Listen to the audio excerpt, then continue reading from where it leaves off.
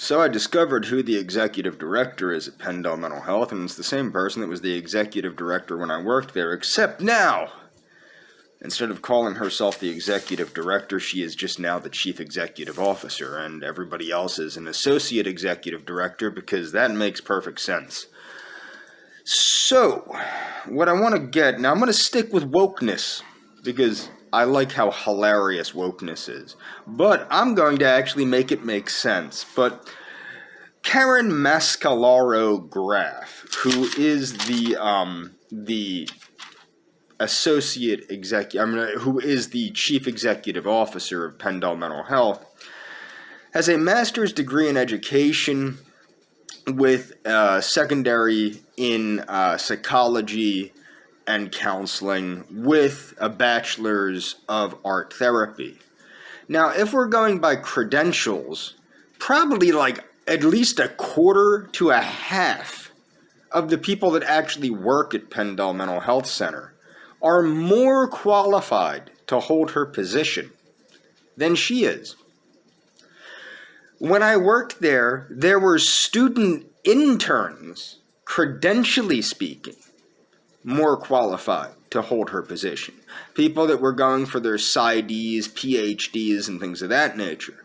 Her credentials are really laughable for the position that she holds. There are other people, because she's so arrogant, she gets her own little page on the website about being the CEO. She's not in with the rest of the leadership where all the associate executive directors are. But there are people that are associate executive directors more qualified to be the CEO than she is. But we're going to stick with wokeness. Now, I want to make certain that people understand that neither of these two gentlemen know that I'm making this video, or probably even have a small idea of who I am and only met me in passing at county meetings and things of that nature. But there are two African-American gentlemen that I believe, now maybe not credentially speaking, they might not be more credentialed than Karen, although one of them I think is. But these two gentlemen, African-American gentlemen, actually care about the community and actually put forth the effort to help their fellow citizens of this county. And these people are Douglas Hicks of the Reach Out Foundation, which is based out of Pendel, the borough of Pendel, or the township, the city of Pendel, town of Pendel, whatever the hell it is. And the other is Al Johnson. Now, Al Johnson, or Alan Johnson, is a case manager for the Opportunity Council, and I've run into both of these gentlemen. Well, I used to work for the Reach Out Foundation. I did not work under Mr. Hicks. I worked under Kathy Sharp, who was his predecessor. But Mr. Hicks turned around Reach Out. It's actually much better under the management of Mr. Hicks, who turned around the organization. It's doing much better under his leadership. And you have Al Johnson, who I've seen at county meetings hustling for the average person, hustling for the average everyday citizen and the homeless person, trying to get the basic necessities for the multitude of homeless people, regardless of their race. He doesn't care what race they are or anything like that. He just wants to help his fellow people that are suffering. And this is something that you don't see at Pendel Mental Health, definitely not from the CEO, and not from the other people that work there. Now, I think that these two people could actually work as co-executive directors, or co-associate, associate executive directors, or whatever the hell they're calling the position, because it's hilarious. But factually speaking, if you want to get woke, be woke. These two gentlemen are both African American, and unlike the people that actually work in the leadership of Pendel Mental Health, both of these gentlemen actually care about the people that live in this community. What a concept. They actually care about the people that live in the community. Wow, that's a concept. Now, let's get back into Pendel Mental Health. Now, I'm sure Karen's watching this video and wondering why I'm so pissed off. Well, the fact of the matter is, why did I get fired? Well, I got fired because I complained to Human Resources about Christopher Cramp. And I'll say his name, lying about me to my supervisor, who was wrongfully hired, being that he was actively receiving services from my supervisor. My supervisor was his therapist. He was actively talking shit on me to my coworkers and my supervisor, because I had multiple supervisors, but he was actively talking shit on me to my supervisor, who was his therapist, and actively talking shit on me to my other supervisor, and my other supervisor, and my fellow coworkers, which was coming back to me through my everyday coworkers. And I made a number of complaints to Human Resources about this. He was not supposed to be hired because in the agreement, you could not actively receive services from Pendel Mental Health and work there. Now, my friend who worked there, that was the head, the compliance officer, lied to me after he called me and I told him flat out, I'm like, dude, he's not supposed to be working there, period. I'll bring that up. A couple days later, he gets back to me. Oh, well, that's not really what that means. Word for word, what it said was literally, if you receive services from Pendel Mental Health Center, you can't work here. Period. Basically, word for word, that's what it said. That's not what that means, because we have to protect Christopher Cramp. Now, over the years, it took me years because I'm not freaking nuts and I don't spy on people like a little bitch. I looked at Mr. Cramp's Facebook profile, and it turns out he's personal friends with the family of the Commissioner of Mental Health for the entire county, which explains why he can get away with the things that he gets away with, such as sexually harassing his coworkers at Pendel Mental Health, and he's never fired. There's never any repercussions. Okay? So why am I so pissed? Then after being fired, before my firing was even finalized, I'm getting calls that day from my clients asking me why I quit, why I betrayed them, why I did this. Because my coworkers were telling my clients that I betrayed them and that I ditched them. Okay? Then for months, because my supervisor is an imbecile and lied and said that I tried to run her over, despite the fact, once more, if I tried to run her over, the police would have been called and I would not have gotten unemployment. I would have at least been fought on unemployment and the police would have been called. Okay?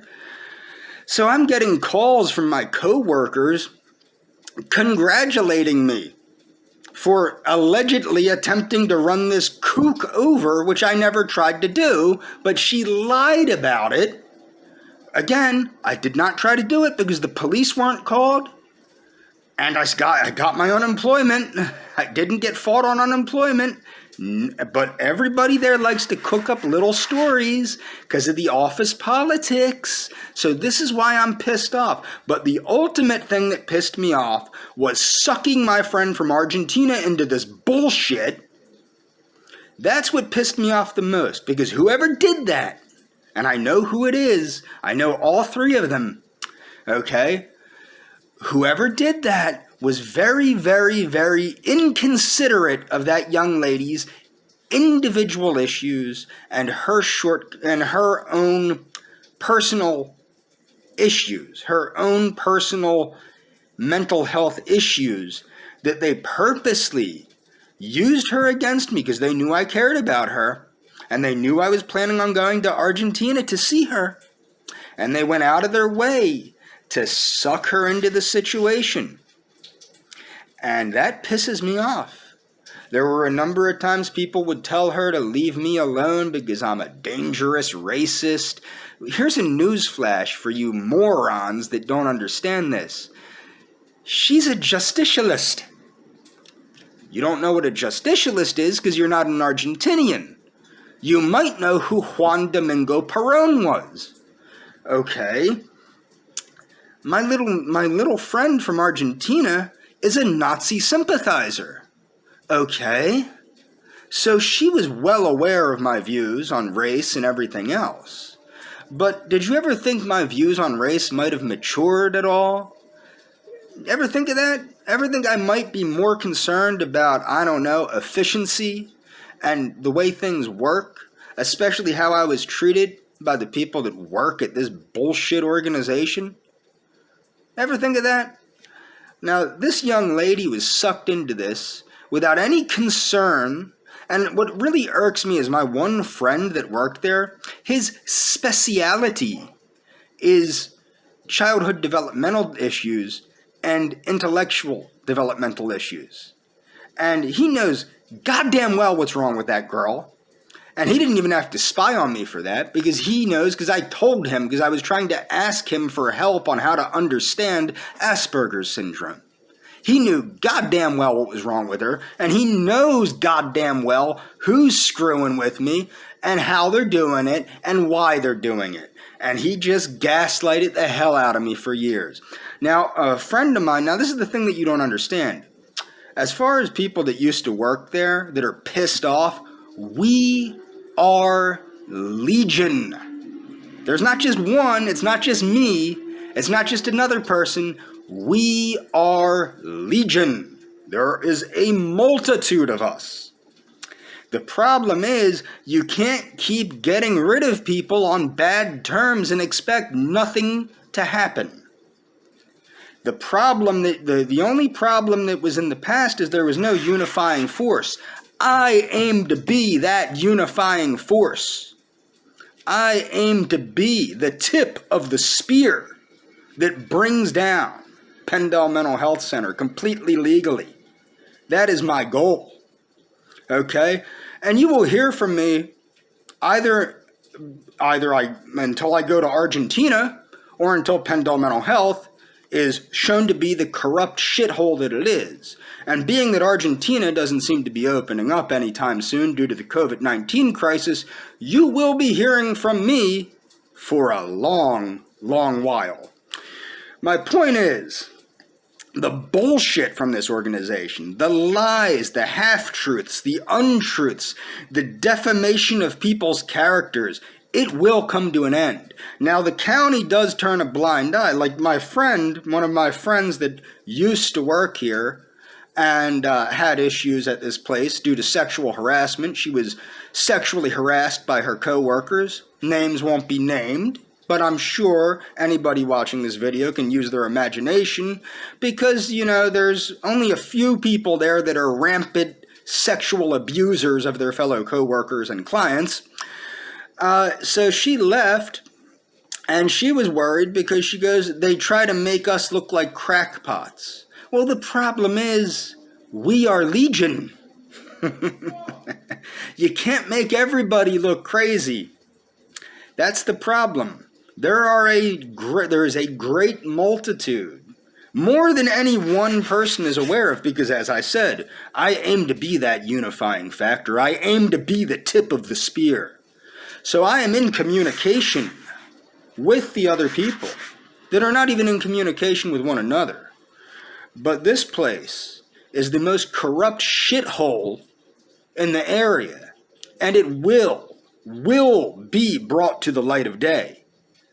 And that's a promise. As I said, you'll hear about me, you'll hear from me completely legally. I'm not doing anything illegal or anything wrong or anything violent. I am not a violent person. I don't plan on being violent. I'm not a violent person. I did not try to run anybody over despite what's claimed. I did not try to harm anybody physically. That's not my nature anymore. That's not who I am anymore. But you will hear from me until I go to Argentina. And thanks to the COVID-19 crisis, it does not look like I'm going to Argentina for a very, very long time.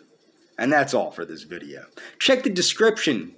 Check the credentials of the CEO of Pendel Mental Health that's less than the students that go there to finish their internships.